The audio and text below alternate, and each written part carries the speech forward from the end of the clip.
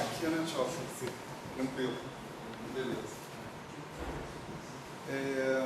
Gente, então vamos rememorar, né, o que a gente fez até agora. A gente estava falando do espalhamento inelástico profundo, elétron raro, no caso, elétron, próton. Né?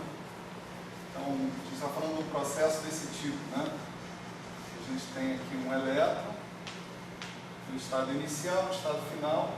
Esse elétron troca um fóton, né, com um próton, né, que vem vindo aqui, certo? E acontece alguma coisa com esse próton, alguma coisa não elástica, né, com esse próton. Então, isso é um espalhamento inelástico, isso é um processo inclusivo, porque a gente não se importa com as coisas particulares, né, que aconteceram com o próton, em função dele receber esse elétron. Aqui você tem um momento em K, aqui você tem um momento em K', aqui você tem uma transferência de momento, que é K menos K', né, e o momento do seu próton é P. Né. Por razões cinemáticas, embora não vá aparecer nas nossas contas, né, o momento total desses produtos de reação aqui é chamado de PX. Né? Esses produtos de reação são chamados X, e o momento total é PX. Né? Então, esse é o processo que a gente está tentando estudar. A gente escreveu, né, uma seção de choque para esse processo, que era mais ou menos assim, né? K0', desse D3', né? Isso aqui era 1 sobre 32, 2π ao cubo, 1 sobre K escalar P, soma sobre todas as polarizações, né, todos os spins, né, das partículas que estão envolvidas aqui, soma sobre todos os estados finais X que a gente tiver, e aqui aparece a delta de conservação de momento,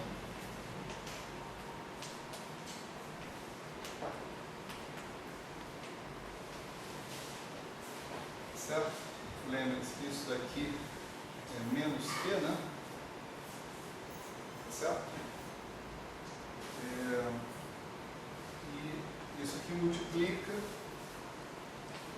um elemento de matriz que envolve no seu estado final um elétron e os estados, né, as partículas, né, que aparecem lá, X, e no seu estado inicial um elétron e o nosso próton, né?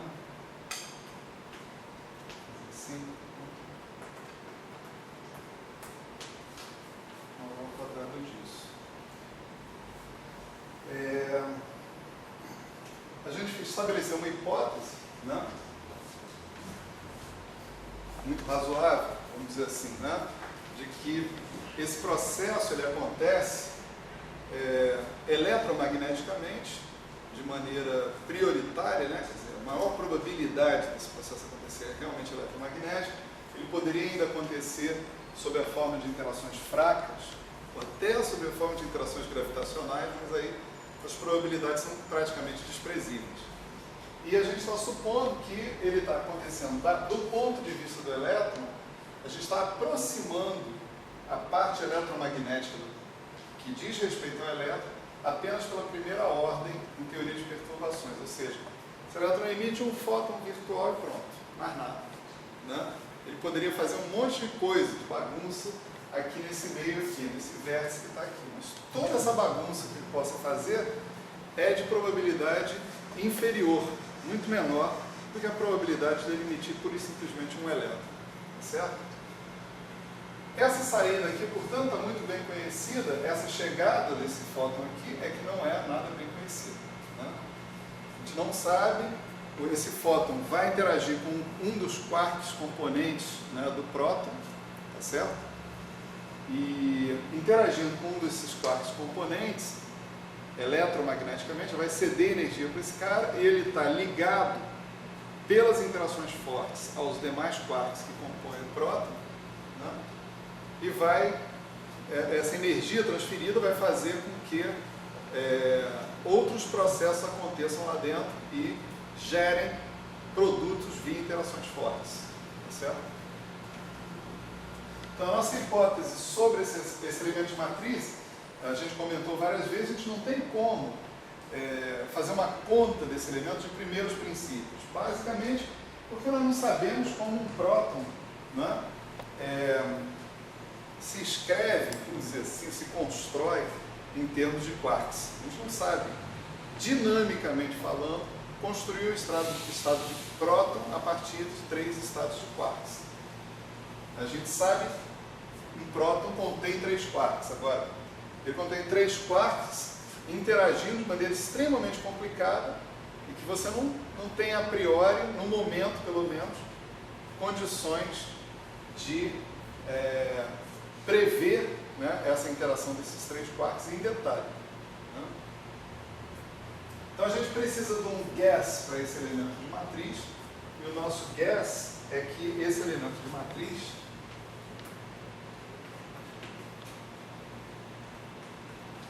ele é escrito assim, né?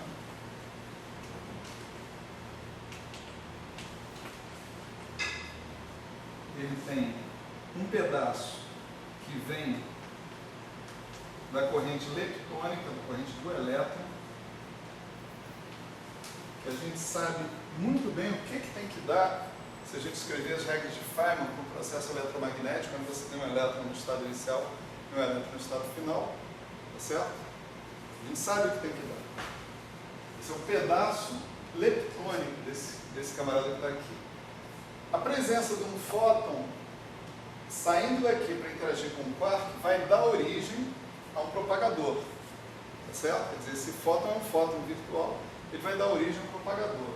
A gente supõe que a gente já está calculando um propagador fotônico que é do tipo eta mini sobre t quadrado, né? Então, eu vou contrair esse índice com outro índice aqui para usar o eta mini. Então, o propagador do fóton vai contribuir com esse fator 1 sobre q quadrado, né? E o que resta, que é parte da nossa ignorância, a gente debita a presença de uma corrente de quarks, porém atuando, né, sobre estados ligados de quarks e não sobre estados livres de quarks, certo? Se eu estivesse atuando sobre estados livres de quarks, como o quark é um spinor de Dirac, o quark tem massa, né, e é um Fermi, você poderia escrever uma expressão absolutamente análoga a essa daqui para os quarks, tá certo? Simplesmente trocando a massa associada com esses spinores pela massa associada aos quarks, tá certo? Mas a gente não sabe, então o que a gente coloca aqui, o nosso bom chute, para a gente lembrar que a gente precisa saber o estado do próton, a gente, em princípio, precisa saber também os estados de chegada, né, do nosso processo. A gente bota o elemento de matriz da corrente eletromagnética. Essa corrente é uma corrente bem conhecida, é um operador bem conhecido.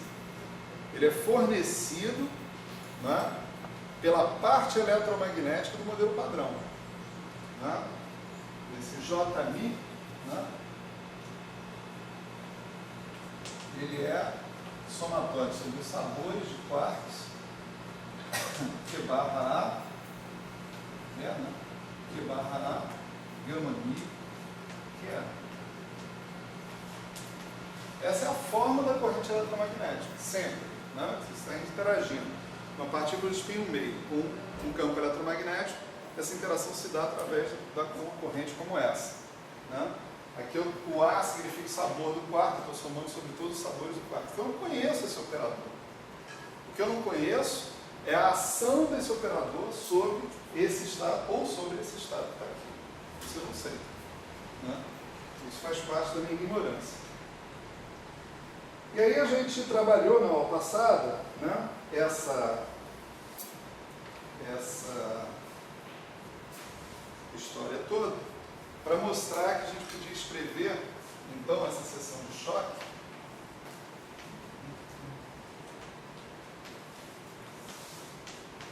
de uma forma bastante simplificada, né?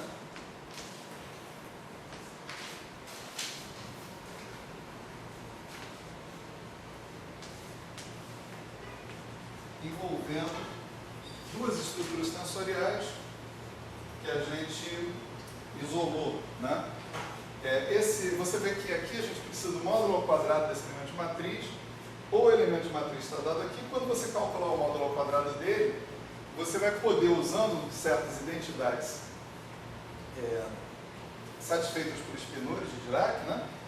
Você vai poder separar direitinho a parte relacionada com o elétron nesse tensor, que é chamado tensor leptônico, e a parte relacionada com o próton, que é o tensor hadrônico, né?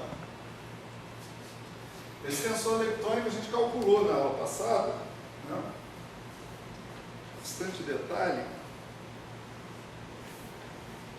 e obtivemos esse valor aqui, né?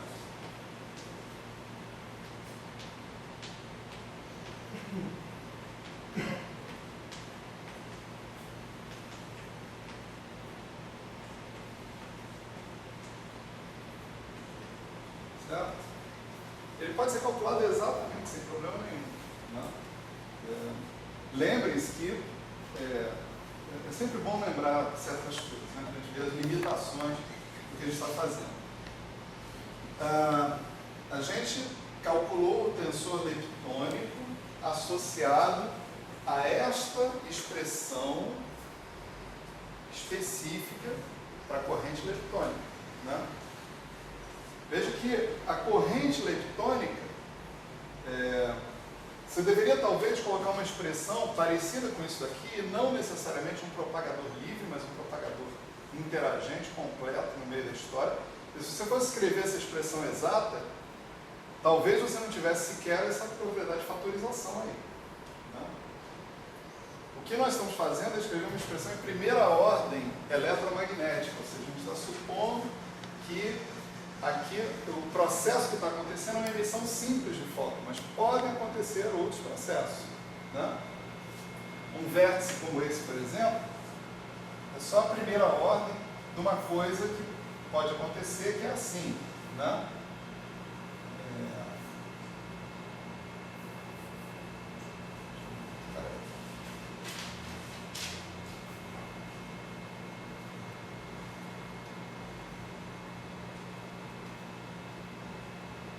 Certo? Aqui e aqui são situações em que você tem elétron no estado inicial, elétron no estado final e fóton no estado final. Aqui também, elétron no estado inicial, elétron no estado final, fóton no estado final. Só que aqui já apareceu um loop no meio da história. E assim como apareceu esse, vão aparecer infinitos.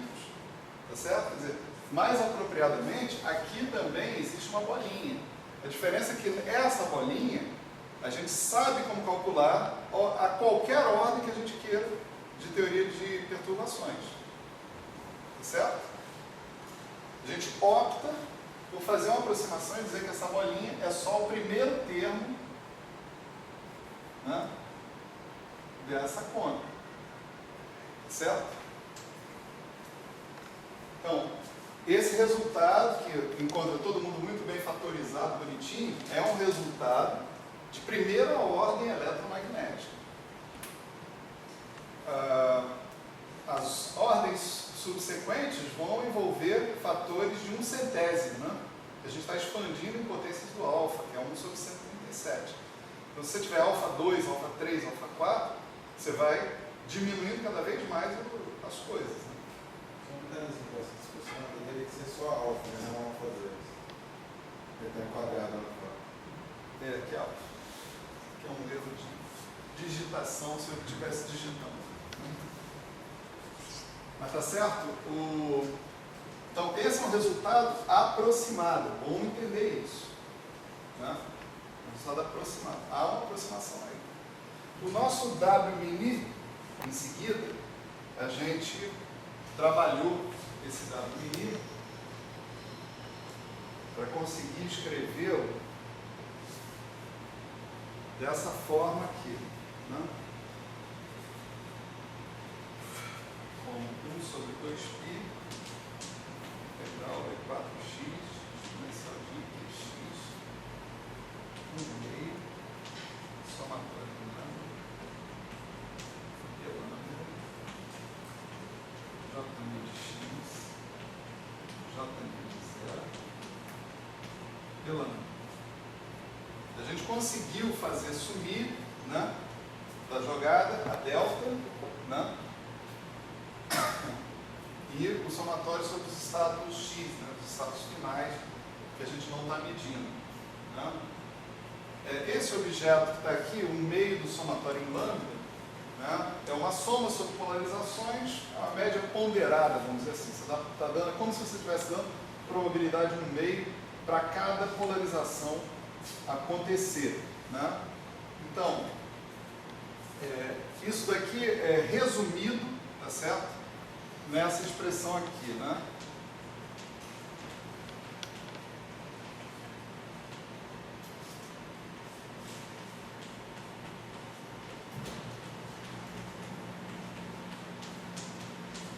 A gente não escreve mais o spin desse próton, tá certo? E a gente subentende que está somando sobre todos os spins e ponderando com o fator ao meio, né? Cada spin. Então, isso aqui é a definição disso tudo aqui, né? Melhor escrever assim. Certo? Bom, aí foi o ponto mais ou menos em que a gente parou, né, na aula passada. Nós paramos num argumento para mostrar que esse objeto aqui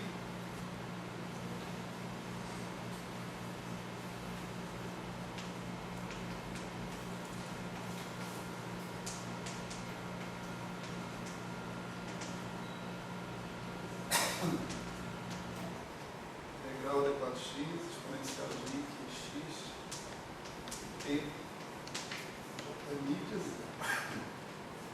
J x d era igual a 0 se Q0 fosse maior que 0. Né? Foi uma última coisa que a gente fez com uma finalidade a mais que a gente vai retomar agora também. Né? Eu usei um argumento incorreto, né, na aula passada, não é que fosse incorreto, né? O argumento podia ser usado. Né? A gente trabalhou essa expressão que está aqui ao contrário, a gente retomou, trabalhando ao contrário, a partir daquele cara que estava lá, a gente retomou uma delta que agora não envolvia menos Q, mas envolvia mais Q. Né?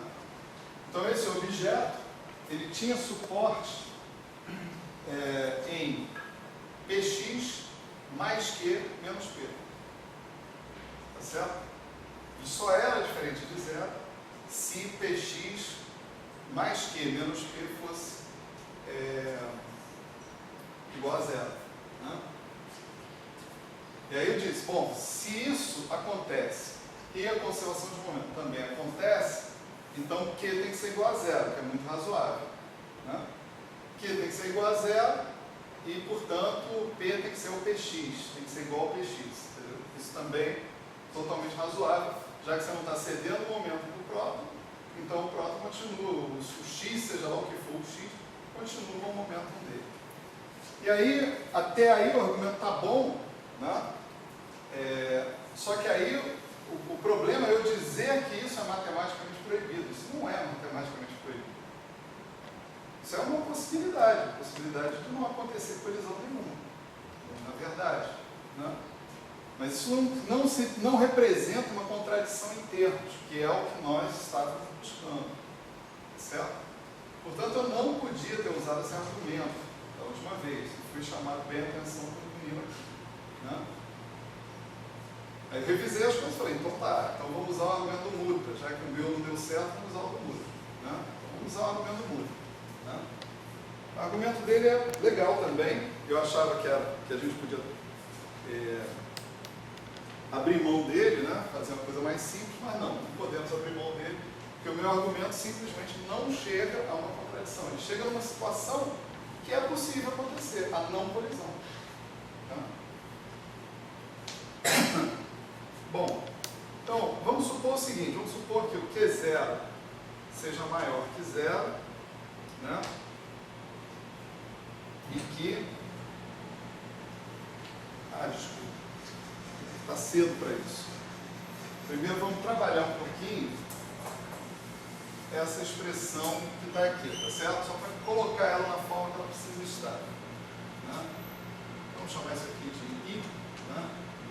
Então, nosso I, eu posso escrever esse cara fazendo o contrário do que eu fiz da última vez. Da última vez, eu tirei os estados X da jogada, certo? Eu usei a relação de completeza para fazer que o somatório em X, do Bra X, que é X, dava 1. Né?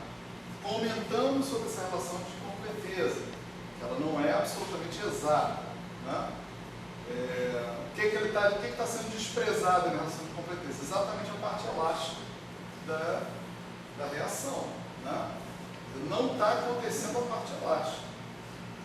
Então, na verdade, o somatório em X, de Bra X, que é de X, tem que ser 1 menos o projetor na parte elástica, nos estados associados com a parte elástica.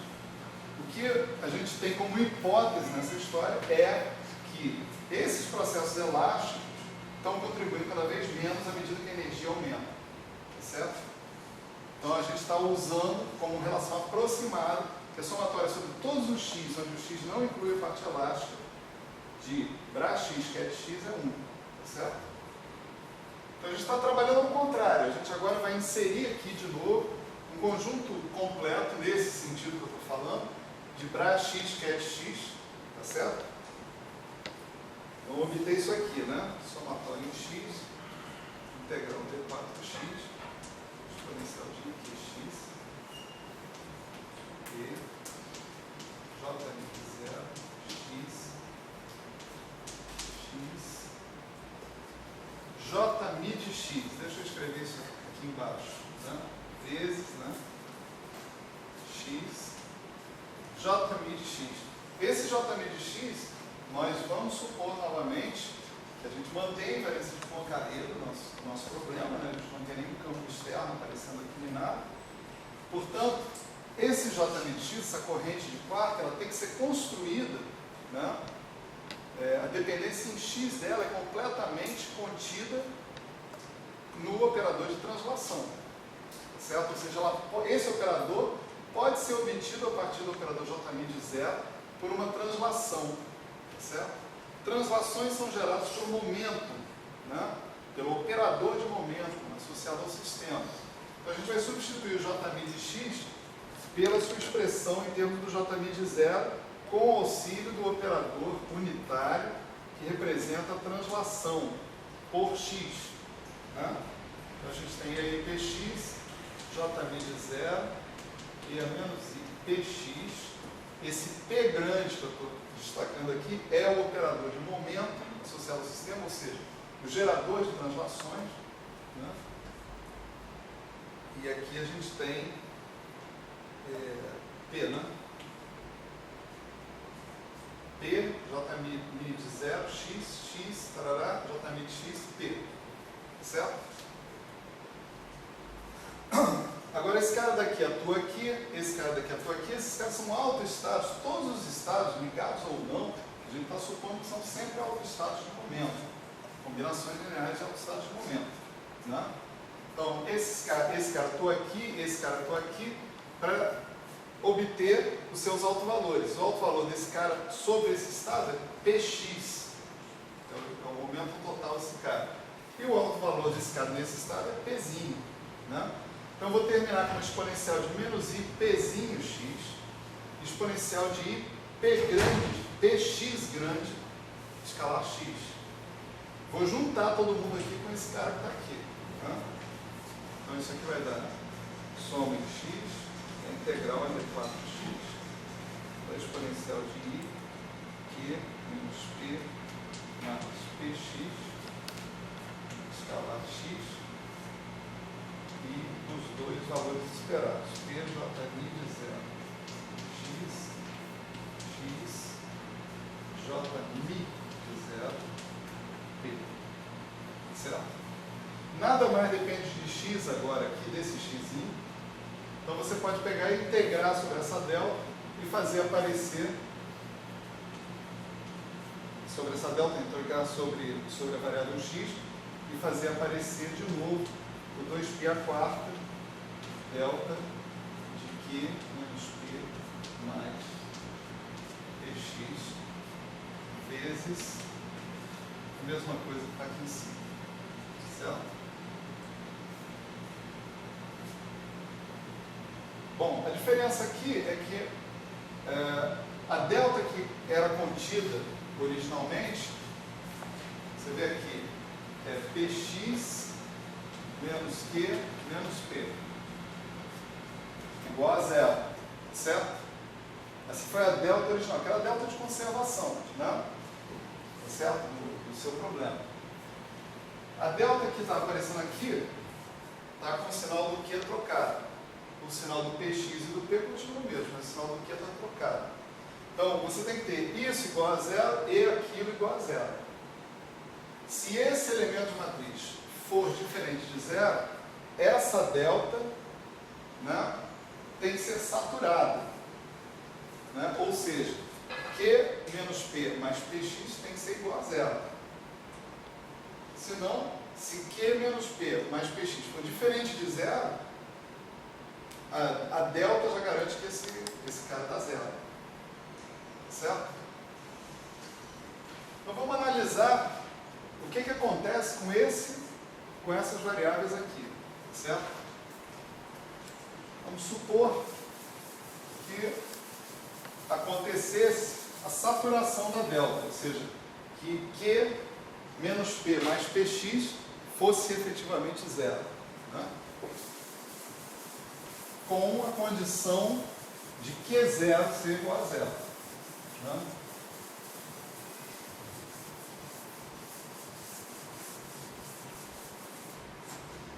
Então, se eu tiver... Oi? Maior que 0. Q0 maior que 0. Né? Então, se eu tiver Q menos P mais PX igual a 0, essa é a chance daquele objeto ali ser diferente de 0. Tá certo? Isso aí tem que acontecer. Então, se isso acontece, eu posso observar, então, que P menos Q ao quadrado igual a PX ao quadrado. Né? E se você for para o sistema de laboratório,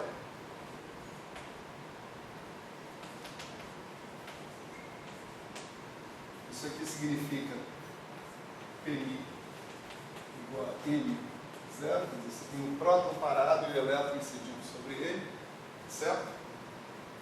Então, você vai ter isso aqui, P menos Q é M menos Q0 menos Q, né? Menos a parte espacial da transferência de momento. Né? O quadrado desse cara, portanto, P menos Q ao quadrado, né? Ele vai ser M menos Q0 ao quadrado menos módulo de Q ao quadrado, e isso tem que ser igual ao PX ao quadrado. Tá certo? Bom, aí a gente abre essa história, você vai ter que M2 menos 2M Q0 mais Q02, né? Menos Q2 tem que ser igual a PX2. Isso daqui é o Q quadrado, né? A gente tinha antes. Isso nos dá uma expressão para o Q0 em termos das demais variáveis. Q0 vai ser M2 mais Q quadrado menos PX ao quadrado sobre 2M. Certo? Isso sai daqui. Então, olha bem, eu estou dizendo que o Q0 é positivo, tá certo? Estou dizendo que o Q0 é positivo. No entanto, eu posso observar o seguinte: Px, né, é o momento total, né, daqueles estados produzidos após o espalhamento, né? Esse momento total ele é, no mínimo, igual a M2. No mínimo, acontece no próton continuar próton. Tá certo? Ele é, no mínimo, igual a M2. Então, Px é maior ou igual que M2. Ele pode ser maior, né? Depende da energia que você deu para o próton, né? A soma dos estados finais que você tem pode te fornecer uma energia maior do que a energia original do próton, né? Então, seu Px é maior que M2. Então, aqui você tem M2 menos Px ao quadrado. Se esse cara é maior do que M2, e ele está entrando com sinal de menos, essa contribuição é uma contribuição negativa. Certo? M2 menos Px ao quadrado é um número menor ou igual que zero. Tá certo? Outro número que é menor ou igual que zero é o Q quadrado. Isso a gente já viu no passado, né? Principalmente no regime assintótico, né? Regime de altas energias, Q quadrado é explicitamente menor que zero, né? Então, o que eu estou tendo aqui é uma soma de dois números que, no mínimo, no máximo, são zero. Mas positivos de jeito nenhum eles são. Tá certo?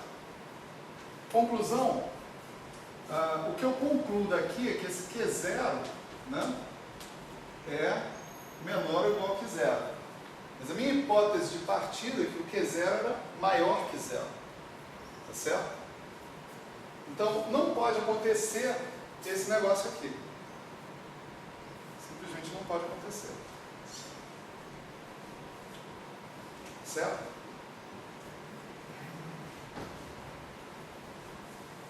Vejam que a diferença de um sinal aqui vai fazer uma boa diferença, porque a diferença era no Q, né? Era menos Q num caso, mais Q no outro. Se aqui fosse mais Q, você teria P mais Q ao quadrado aqui. Tá certo? Isso muda toda a análise, né, que a gente poderia fazer aqui. O negócio é o sinal de menos no Q. Né? Então, se essa condição, né, vou botar um C aqui, né, isso aqui acontece, então Q0 é menor ou igual que zero, o que significa que isso não pode acontecer.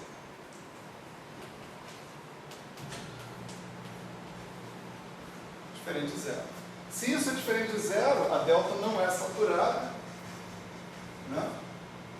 E, portanto, esse objeto que está aqui é zero. Ok?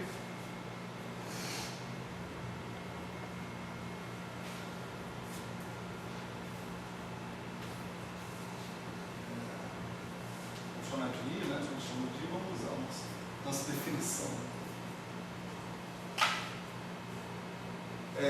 Tem um celular aqui nesse canto, hein, gente? É teu? Beleza, ótimo. Eu pensei que podia ser de alguém de alguma aula anterior, aí já começou a ficar apavorado. Então tá bom. Então, se aquilo ali é igual a zero, né, não faz mal nenhum. Veja que Q0 maior que zero é um requerimento físico. Significa, eu lembro que o Q0 é o I, é igual a E menos E'. Se ele é positivo, significa que a energia do elétron incidente é maior que a energia do elétron que sai. Ou seja, esse elétron transferiu energia para o próton. Tá certo? É isso que a gente quer, de fato. A gente quer que o Q0 seja maior que zero. Nessa hipótese, então, esse objeto que está aqui tem que ser zero.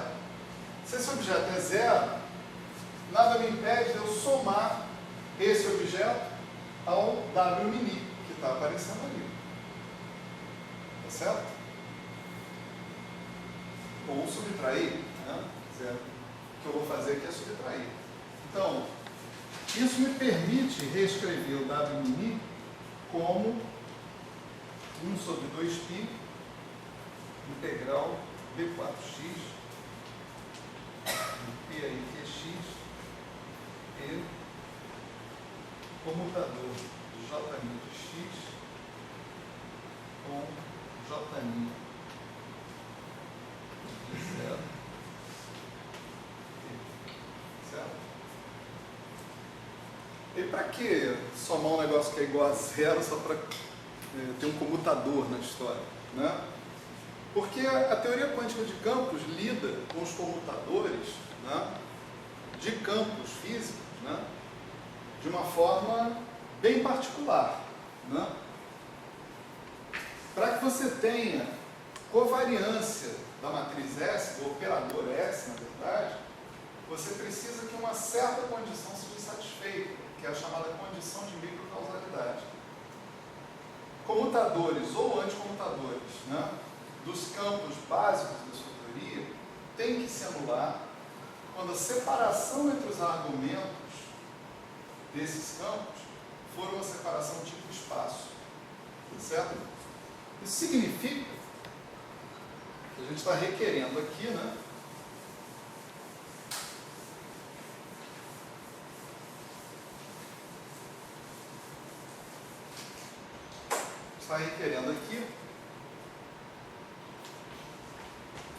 que o comutador de j' de x com j' de 0 tem que ser 0 se x2 for menor que 0, que significa ter uma separação tipo espaço, certo? Isso significa que nessa integral que está aparecendo aqui, eu estou integrando sobre todos os pontos x do espaço-tempo. Os pontos x do espaço-tempo que correspondem a separações tipo espaço não contribuem para a integral. Porque o comutador, eu espero que ele se anule. Dá para perceber por que o comutador foi importante, porque aí eu pude usar o argumento da microcausalidade. Certo? Então, eu já consigo investigar uma região desse espaço de integração que não contribui para o W mini. Tá certo? Essa região é a região dos pontos x tais que x2 é menor que 0. Tá? E aí, a gente entra, né, com uma outra questão aqui, que é a seguinte. Podemos mostrar agora vamos chamar de lema, né, para ser mais humildes. Teorema é quando o negócio é pesado, né? Isso não é tão pesado assim, né? O lema é o seguinte: se menos q quadrado tende a infinito, com q2 sobre i fixo, a contribuição principal da I vem da região 0 menor ou igual a x quadrado da ordem de ou menor constante sobre menos q quadrado. Lembra que q quadrado é menor que 0, então menos q quadrado é positivo. Certo? Então, olha só, se q quadrado, menos q quadrado tendendo a infinito, né, o que esse lema está dizendo para a gente? Está dizendo que, na verdade, toda a contribuição que eu vou ter para essa integral vem de um conjunto bem mais estrito de pontos. O cone de luz, x2 igual a 0. Tá certo? 0 menor ou igual a x2 menor ou igual a um negócio que está tendendo a 0. Então, quem é que está contribuindo? x2 igual a 0. E proximidade de x2 igual a 0. Tá certo? Então, o que esse lema está dizendo, né, é um negócio que a gente não vai usar na aula de hoje, mas vai usar em outras aulas, né, é que a região mais importante para contribuir para o W mini vai ser a região do cone de luz. Ou também a região em que o x tende a zero, ou que a separação entre x e zero tende a zero, que dá na mesma. Né? Nesses limites, você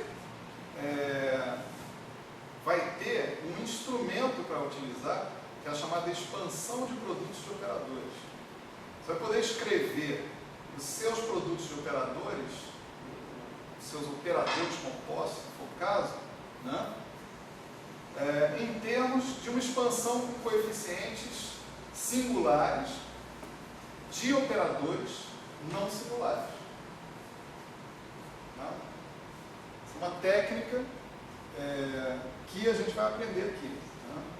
Pelo menos está no script, né, da história. É a expansão de produtos de operadores. Então, quem está dizendo que é importante considerar esse limite, né,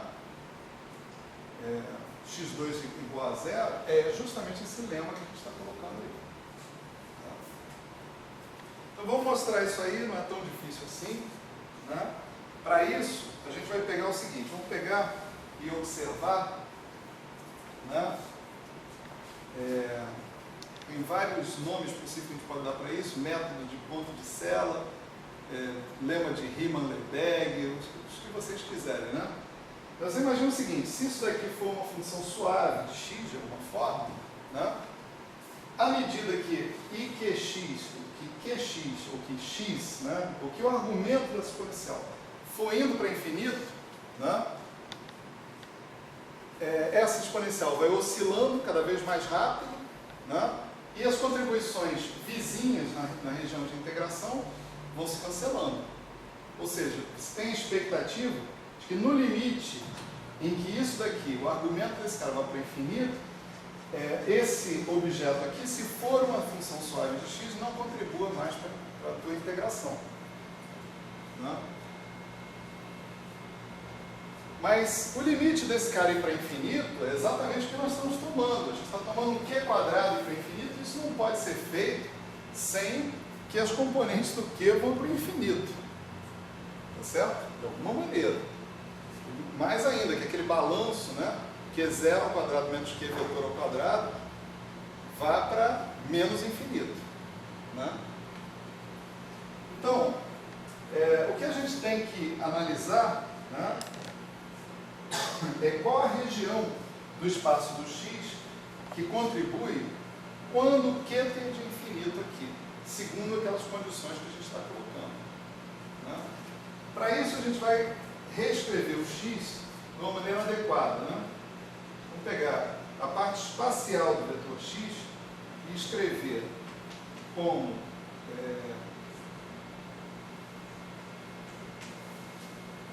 um pedaço que é a projeção dele na direção do Q, tá certo? Que é do quadrimomento, tá? Mais um pedaço que é perpendicular ao vetor Q. Vou escrever assim: Q1 perpendicular, Q2 perpendicular. Estou falando de 3 dimensões, olha a flechinha aqui em cima do vetor, né? Olha o chapéuzinho em cima do versor, né? Tá certo? Falando de 3 dimensões, então, se eu tomei o vetor Q numa certa direção, eu posso gerar o espaço todo com o vetor Q e com 2 vetores mutuamente perpendiculares ao vetor Q. Estou chamando esses caras normalizados, Q chapéu 1 perpendicular, Q chapéu 2 perpendicular. Então, o x, como um vetor tridimensional qualquer, pode ser descrito como combinação linear desses caras. E o coeficiente dele na direção do Q chapéu é simplesmente a projeção do Q chapéu escalar x. Certo? Está ali. Então, esse cara que está aqui, nós vamos chamar de, vamos dar um nomezinho para ele, chamar de R, tá certo? E se eu usar essa decomposição do x, então o nosso Q escalar x, ele vai ser Q0, x0, menos Q vetor escalar x vetor. Quando eu tomar o produto escalar do Q vetor com x, olha que maravilha, esse pedaço aqui vai para zero, porque as escalas são perpendiculares ao Q, né? E só sobra o pedaço com R. Então isso aqui vai ser ni x0 menos módulo de Q vezes o R. Certo? Ni, vocês lembram que é menos L', mas é também o Q0, o componente zero do quadro vetor Q. Né? Maravilha.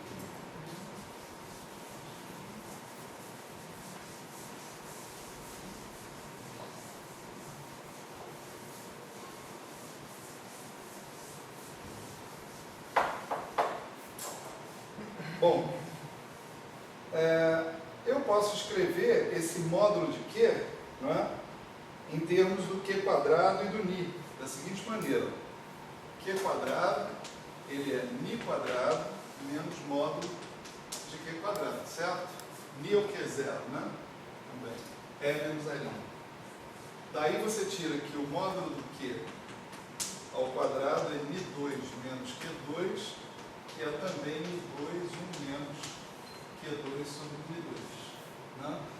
Portanto, o módulo do Q, né, você escreve como Ni raiz de 1 menos Q2 sobre Ni2. Esse Q2 que está aqui, lembra que o Ni também é um objeto, né,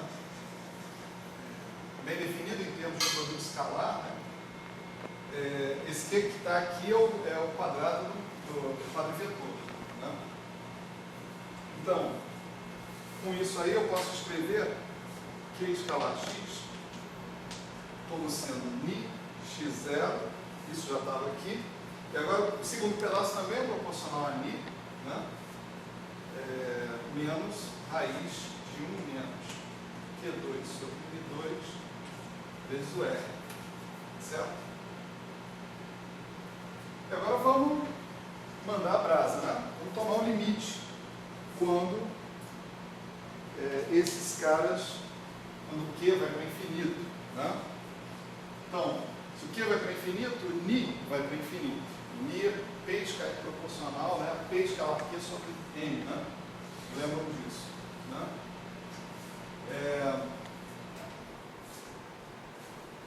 P escalar Q sobre M, no referencial de laboratório, dá exatamente E menos L', né? Tá certo? E essa é uma maneira invariante de Lorentz, se você escrever o Ni, se você quiser. A gente já falou disso lá no passado. Então, se o Q vai para o infinito, né, o Ni vai para o infinito, você pode esperar que esse objeto que está aqui vá para o infinito. Vá para zero, perdão. Né? Na verdade, nós estamos mantendo, né, uma certa quantidade fixa, que é esse Xi. Né? Vocês vão ver aqui.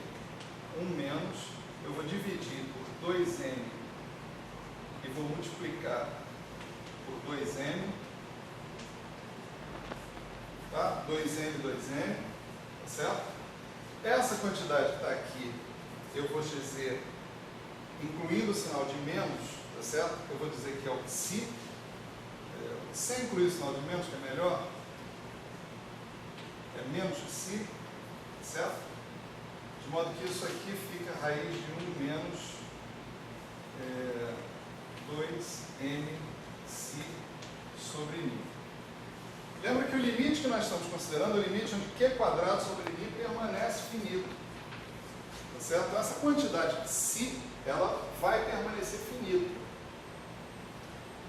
Então, se ela permanece finita, isso significa que essa raiz quadrada que está aqui é a raiz quadrada de 1 menos um número pequeno, que é um número pequeno dependente de Ni. Tá certo? Eu posso expandir isso daqui, né, no limite quando Ni tende a infinito, ou seja, esses caras tendem a zero, e esse cara vira simplesmente 1 mais Xm sobre Ni. Certo? Definiu com menos que Xi? Mais. Que era menos, e menos que Xi fica mais. Tá certo? Não, ele está certo. Não, ele está certo.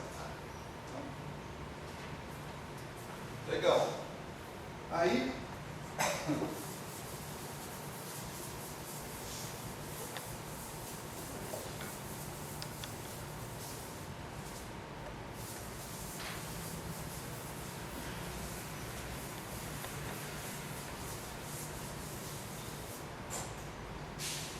gente volta lá no nosso Q escalar x. Observa que o que eu estou fazendo aqui é só isso, fazer o limite quando Q tende a infinito, mantendo aquela razão que está ali, Q2 sobre 2mni, né? Finita, Q2 sobre mi finita. Né? Então, esse Q escalar x vai virar ni, né? x0, ele já estava ali, né? Menos 1 mais si m sobre mi vezes r. Né? E isso aqui é ni x0 menos r menos si m r mais termos da ordem 1 sobre mi quadrado. Né? Aqui está mais claro o que tem que acontecer. Né?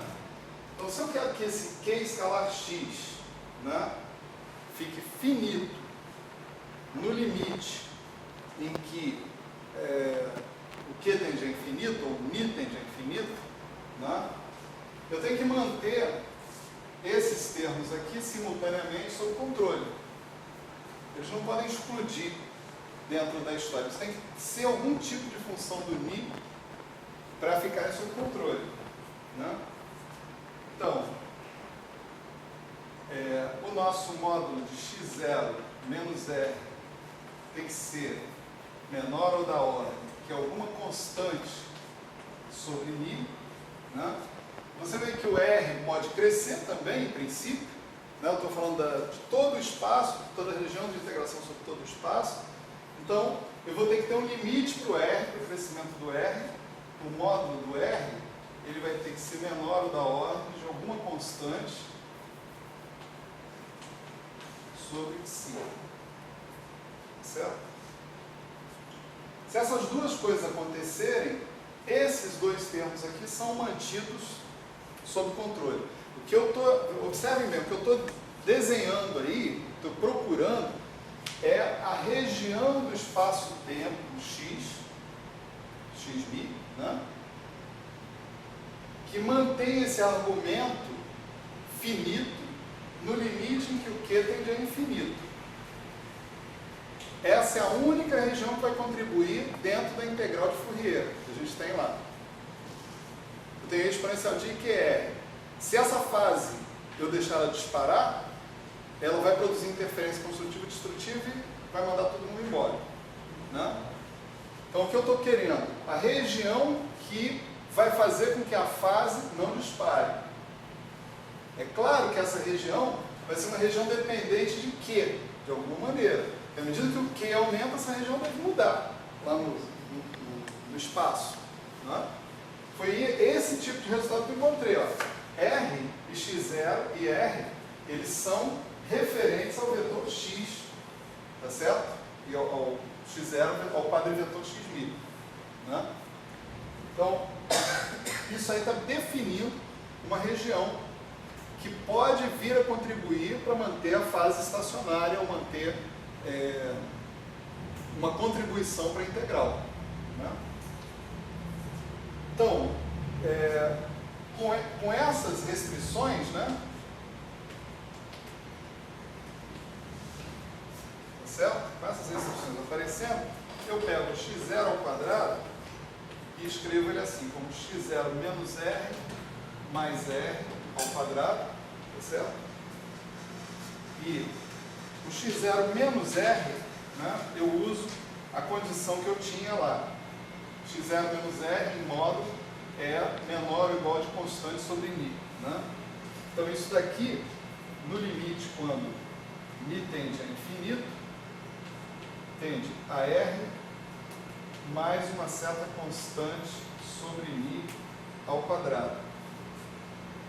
Isso daqui é R2 mais a minha constante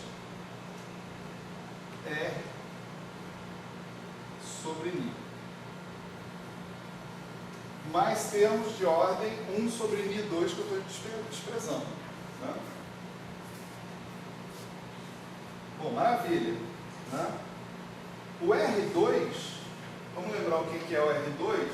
O R é a projeção do meu vetor x na direção do Q. Né? Essa projeção é sempre menor ou igual que o módulo do vetor original, em módulo.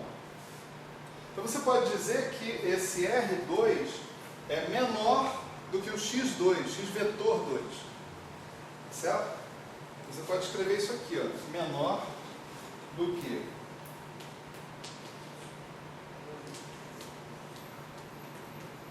e aqui você tem R sobre I, né?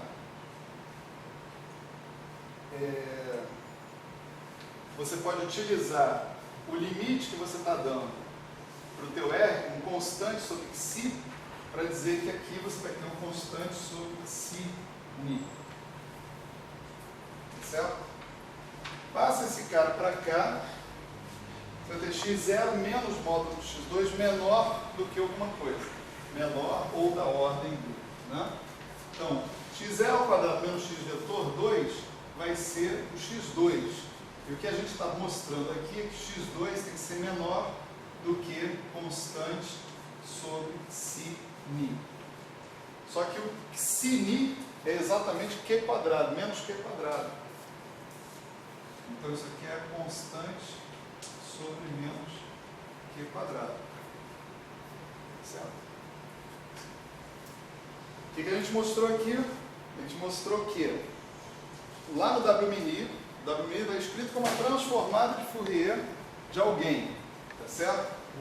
Esse alguém é um objeto que não tem suporte para x2 menor que zero.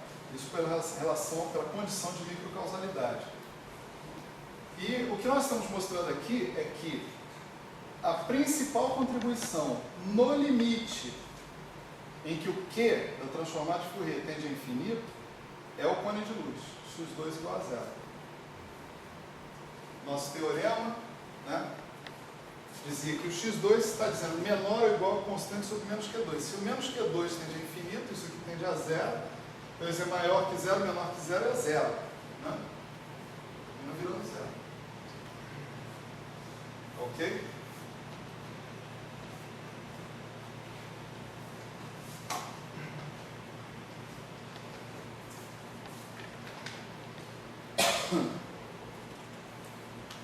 Maravilha.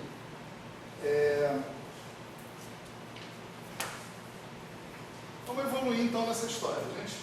Antes da gente encarar a questão da expansão de produtos de operadores, etc. e tal, né, nós vamos procurar escrever a nossa seção de choque de uma maneira mais enxuta, né, uma maneira onde toda a estrutura tensorial associada com a nossa ignorância da seção de choque seja limpa, né? Seja colocada em pratos limpos. Então, o que vai sobrar é mesmo a essência da nossa ignorância. Tá certo? A gente quer sempre chegar nisso, na essência da nossa ignorância. Então, vamos chegar lá.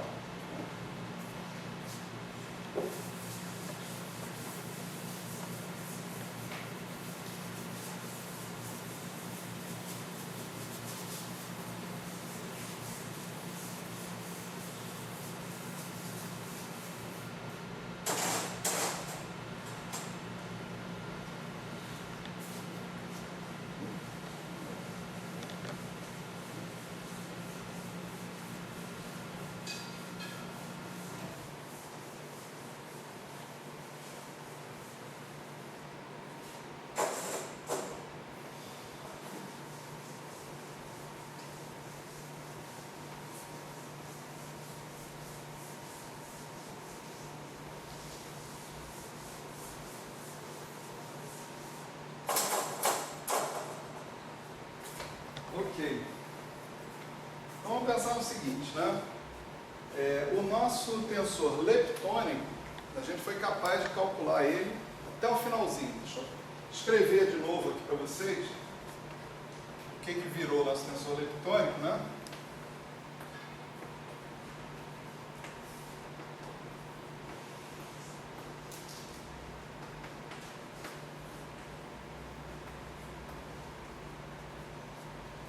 uma observação imediata que a gente pode fazer sobre ele é que ele é simétrico, certo?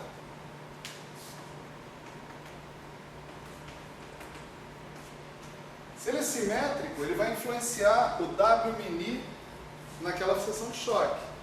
A seção de choque tem assim, ela tem L', W'. Sei lá o que é o W', se é simétrico ou antissimétrico, mas o fato do L' ser simétrico já mata a parte antissimétrica do W'. Então, isso daqui implica, né? Sigma proporcional a isso implica que o W' é simétrico. Tem que ser um tensor simétrico. Certo? O W' que contribui para a seção de choque lá do espalhamento inelástico profundo. Então vamos escrever esse tensor simétrico em termos de todos os vetores ou tensores que nós temos à nossa disposição. Certo? Que vetores e tensores são esses? Né?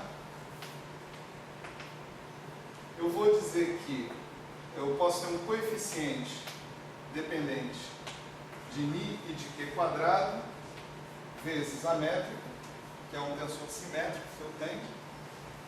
Eu vou dar um sinal de menos aqui por absoluta conveniência, certo? Não precisaria, no princípio.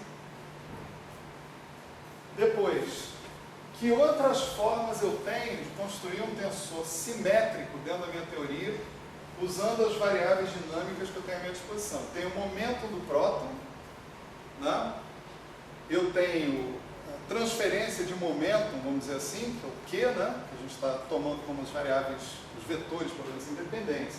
Então eu tenho o momento do próton, eu tenho o Q, QμI, né? Então eu posso botar um cara proporcional a PμI, por exemplo, vou chamar de W2, e vou botar a dimensão de todos esses caras, W1, W2, etc., como sendo adimensionais, para simplificar a minha vida. Para isso eu vou fazer a massa do próton aparecer aqui. Se você quiser esquecer a massa do próton, diga que W2 é M2 vezes alguma outra coisa. Certo? Ou seja, se a nossa escolha for ruim, a massa do próton vai mais atrapalhar do que ajudar no futuro. Mas aqui a ideia é tornar esse objeto um objeto adimensional. Que esse M2 dê conta das dimensões do PMI e do PMI. Depois, eu posso ter um W3, também função de μ, que é quadrado. Vou dividir por M2 e vou ter QμI. Essa é outra possibilidade, outra dependência possível para bater ali. E depois eu tenho W4 sobre L2, e com dois vetores, P e Q, eu consigo montar um tensor simétrico. Né? É o PMI, QMI, né? mais o PMI, QMI. Tá certo? Esse cara eu não tenho mais nada a propor por aí. Eu poderia pensar no símbolo de Levi-Tivita, mas o símbolo de Levi-Tivita é o contrário, é antissimétrico. Se eu contrair ele com uma métrica ou com dois vetores iguais, né, ele dá zero. Então ele não pode entrar aqui nessa jogada. Né?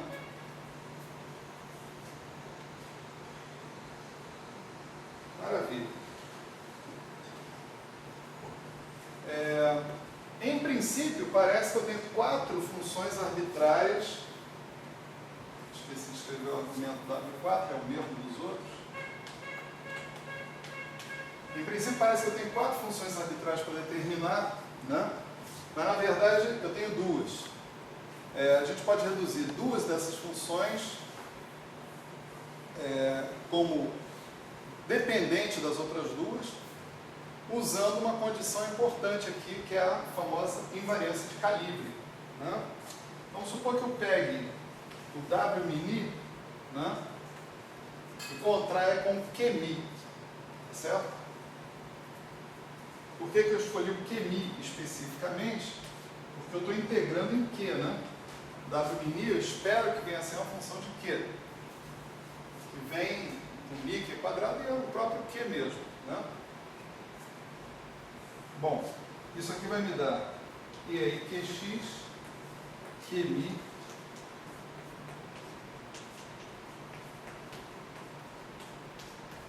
eu poderia usar a expressão para o computador, mas não me interessa aqui, eu provo meu argumento com a expressão mais simples mesmo, né?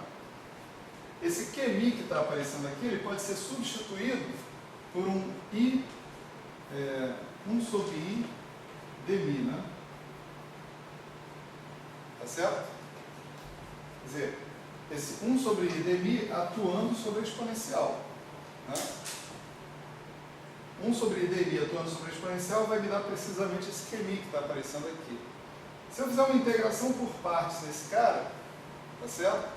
Eu posso fazer esse dmi deixar de atuar na exponencial e passar a atuar no cara que depende de x ali, que é o jmi de x. Tá certo? Então isso daqui vira menos 1 sobre 2πi integral d4x exponencial de qx p dmi jmi de x jmi de 0 p. Mas esse operador aqui, dmi jmi, né, eu espero que seja zero, tá certo? Seja operador zero, por causa da invariância de calibre da minha teoria. Lembrem-se que essa é a corrente eletromagnética de quartz. Eu tenho uma invariância 1, porque eu tenho a simetria eletromagnética dentro desse problema, né? Então eu tenho que ter a corrente de calibre conservada em função da invariância de calibre, né? Se essa corrente de calibre é conservada, os elementos de matriz dela, com quaisquer outros operadores invariantes de calibre, têm que ser nulos. Se eu tivesse um elemento de matriz desse cara aqui com alguma coisa não invariante de calibre, não necessariamente isso aí tinha que ser nulo. Tá certo? Se isso for nulo, isso pode me dar problemas. E a gente tem o formalismo de Gupta-Bloiler aí para ilustrar, né, a história toda. Mas, como eu estou calculando exatamente o valor esperado da dmi jmi com um operador que é um operador físico, um operador invariante de calibre, eu não tenho opção para esse cara. Isso aí tem que ser zero. Em outro canal dá para provar formalmente que isso tem que acontecer. Não é o caso aqui agora. Só estou citando isso, né? Portanto, você vê que o W-mini, quando contraído com QMi, tem que dar zero. Isso é consequência da invariância de calibre da sua teoria. Tá certo? Então vamos fazer isso. Vamos aplicar esse vínculo a essa expressão que nós chutamos para o W-mini. Certo? Vamos ver o que acontece, né? Então, nessa história aqui eu vou ter W1 vezes o QMi, tá certo? É o resultado da primeira contração ali, né? Depois W2 sobre Q2 P escalar Q dmi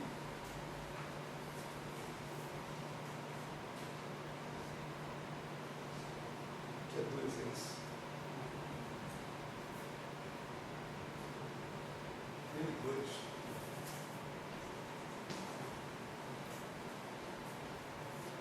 isso? Isso aí. L2 sobre N2. Deixa eu ver se eu propaguei esse erro aqui. Peraí. Não, mas propaguei ainda bem.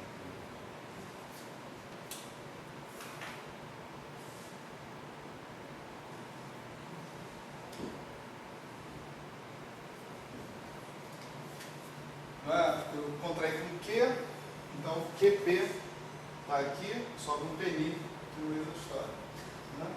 Depois eu tenho W3 sobre N2, Q2, QNI, certo? QMi vai dar um Q2, e finalmente eu tenho W4 sobre N2, T escalar Q, QMi, mais Q2 PI. que é contrair QMI com esse cara, QP, Q2, tá certo? Ok.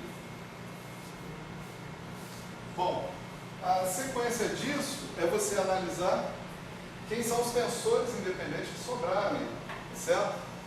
Os tensores independentes são dois, são QNI e PNI, certo? Q e P são absolutamente independentes, eles podem ter os valores que eles quiserem, em princípio, né? Então, você pode organizar essa soma que está aqui, né, da seguinte maneira, como menos W1 mais W3 sobre M2 Q2 mais W4 sobre M2 PQ. Tudo isso proporcional a QNI. Tá certo? E depois você tem W2 sobre M2, P escalar Q, esse cara aqui, né? Todo mundo aqui é proporcional a PNI agora, né? Mais W4 sobre M2, Q2, PNI, tudo isso dando zero. Né? O único jeito disso aí dar zero, para quaisquer valores de P e de Q que você quiser, é se cada um dos argumentos dos parênteses der zero isoladamente. Esse daqui já me dá o W4 como função do W2. Eu vou manter W1 e W2 como independência. Quando eu substituo aqui, como W4 é função do W2, essa aqui vai me dar W3 como função do W1 e do W2. Certo? Então, eu concluo aqui que o W4 é menos P escalar Q sobre Q2 W2. Né? Pegando agora o W4, botando aqui e impondo que isso aí é zero, eu encontro o W3 como função do W1 e W2. Né? W3 vai ser M2 sobre Q quadrado W1 mais P escalar Q quadrado sobre Q a quarta W2. Então você só tem duas dessas funções efetivamente independentes, certo? Nós vamos fazer o seguinte, nós vamos voltar a essa expressão agora, substituir os valores de W3 e de W4 aqui e escrever essa expressão em termos das variáveis, das funções desconhecidas, né, independentes que a gente tem. Vai ser assim.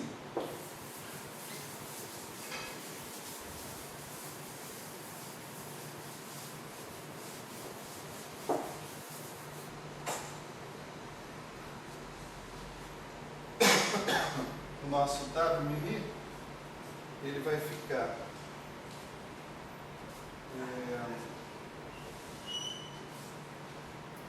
menos W1 eta mini mais W2 sobre M2 PNI, nesses aqui ninguém mexe, mais QNI sobre M2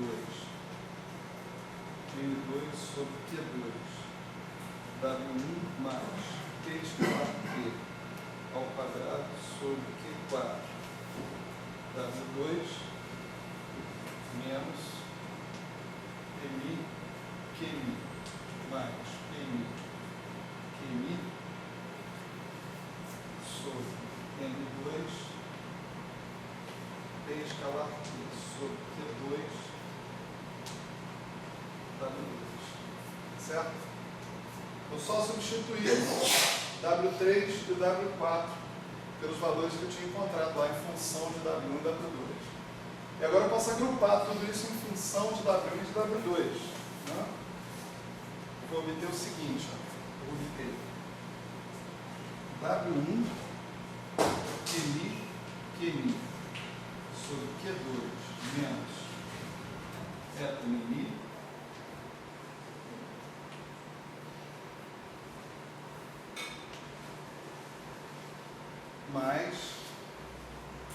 o W2 sobre N2 Pmi menos P escalar Q sobre Q2 Qmi Pmi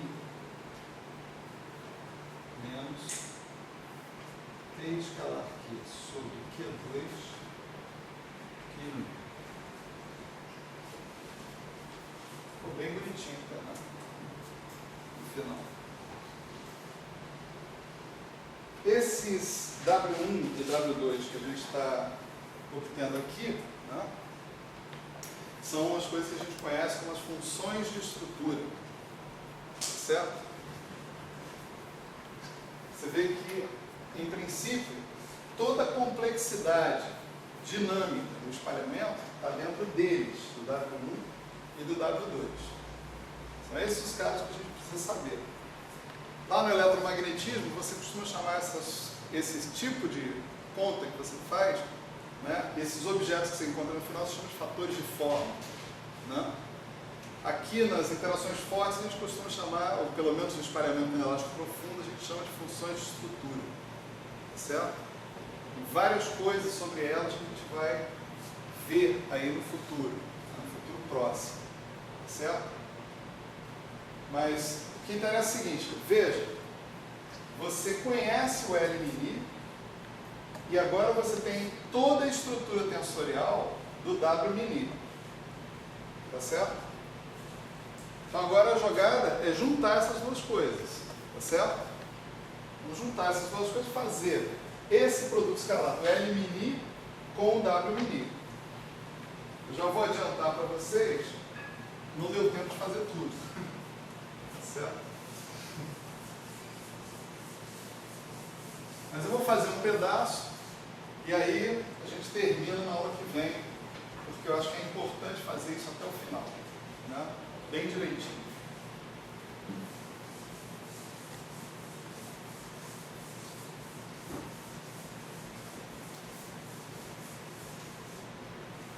A filosofia vigente na minha época era assim, vire-se, né? Faz aí, cara, pega o L-mini, contrai com o W-mini e chega nisso aqui, entende? Mas a minha filosofia é um pouco diferente da filosofia da época de onde eu vim. Eu penso, se eu estou dando um curso, né, é porque eu estou querendo simplificar a vida das pessoas, né? É claro que tem limite para essa simplificação, além de um certo ponto, você acaba complicando, né? Mas é muito truque, é muita sacanagem uma atrás da outra para você deixar o pobre coitado do ser humano ralar a cabeça sem, né, sem ajuda nenhuma. Né? Então, ou você não dá o curso, ou se você der, é melhor você fazer esse tipo de conta, entende? Quando aparece, né, pelo menos as contas que são realmente menos óbvias, né, o que envolve mais truques, é melhor você fazer explicitamente. Né? Então vamos lá. Vamos começar com W1, vamos começar e terminar nessa aula com W1, que foi isso aí que eu consegui chegar. A parte do W2 a gente chega depois, tá? Na aula que vem. Então vamos fazer o seguinte, vamos pegar esse tensor L-mini todinho, tá certo?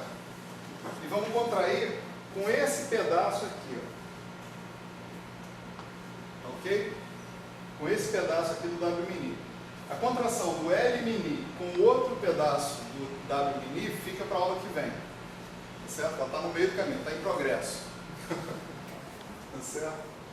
Então vamos fazer isso aqui. Vamos pegar Kami, Kalini, mais Kani, Kalini, mais Q quadrado sobre 2 eta mi. E vamos contrair isso com W1, QMi sobre Q2 menos eta mi. Certo? Exatamente essa primeira conta. Isso aqui vezes isso. Vai ficar faltando isso aqui vezes isso. Certo? Maravilha. Então, vamos lá. Isso isso vai ser o próprio W1. Vocês observem que fazer a contração disso com isso, ou fazer a contração disso com isso, vai dar exatamente a mesma coisa. Tá certo?